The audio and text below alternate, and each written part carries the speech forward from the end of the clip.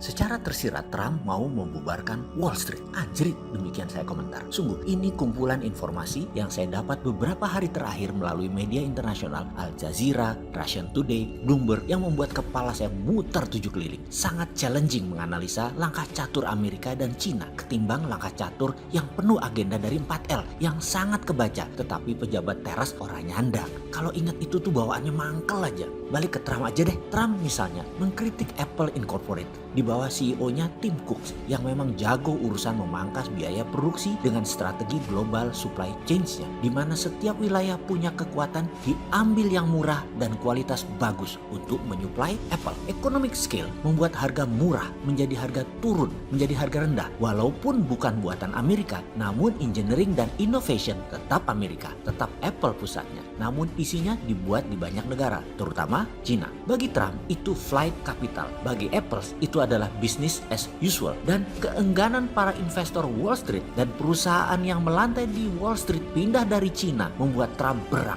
dan dia mengatakan dia mau membubarkan Wall Street. Itulah sedikit pelajaran mengingatkan bahwa Amerika adalah negara swasta, ekonominya dewasa, tidak terpengaruh dengan penguasaan politik. Walaupun penuh intrik, kolusi tingkat tinggi, namun dunia ekonomi dan politik di Amerika sudah pisah ranjang sejak sebelum tahun 1900. Waktu itu kekayaan Andrew Carnegie misalnya di tahun 1900-an lebih banyak uangnya dari Federal Reserve-nya Amerika. Coba bayangkan, belum lagi kekayaannya Rockefeller, JP Morgan. Kalau digabungkan jauh di atas uangnya Federal Reserve saat itu. Kita balik lagi ke sana di lain kesempatan. Setelah kita bahas How China Makes Money, di mana semua pelajaran ini adalah shadow knowledge yang harus dimiliki setiap pengelola negara. Kembali ke Trump yang lagi berang dengan Wall Street. Maka yang saya lakukan adalah collect data, kontak ke sana kemari, sampailah saya mengirimkan pesan ke sahabat saya yang juga mentor saya, seorang pensiunan bintang 2 marinir Filipina yang saat ini mungkin usianya sekitar 75 tahunan, yang juga sekarang menjadi penasehat pertahanan Presiden Filipina saat ini. Saya WA dia karena saya tahu dia pernah menjadi atase pertahanan di Amerika di masa Ronald Reagan.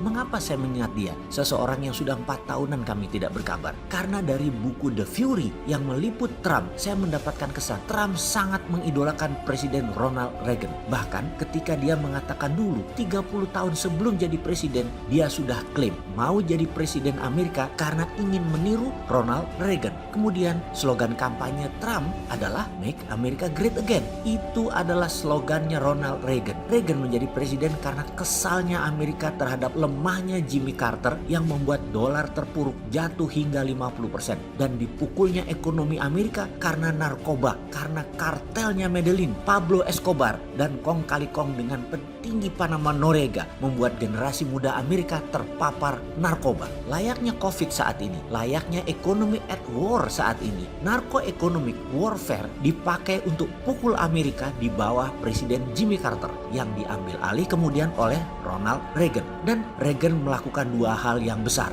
1, pukul Uni Soviet dan pukul Deng Xiaoping China dengan Democratic Deal-nya. Dalam 40 tahun lagi sejak saat itu, Cina berjanji akan menjadi negara demokrasi. Akan ada pemilihan langsung atas nama jabatan politik. Ingat, demokrasi adalah senjata Anglo-American untuk kendalikan dunia. Xi Jinping yang berkuasa mutlak sejak 2017 menentang treaty atau perjanjian Deng Xiaoping dengan Ronald Reagan ini. Disinilah muasal Trump melakukan trade war ke Cina karena Trump ingin menghukum Cina dan ingin berkuasa kembali. Saya yakin sahabat saya ini, mentor saya ini pasti mengenal langkah yang Trump baru akan ambil dan prediksi saya tidak meleset. Kalimat pertanyaan saya kepada sahabat saya setelah basa-basi menanyakan kabar dan dia menyatakan selamat berpuasa adalah, do you get the impression from the latest news that Trump might close down Wall Street? Yang dia jawab, iyalah, ini jadi diskusi kental di kabinet di Filipina saat ini. Lalu saya tanya, what the hell happened?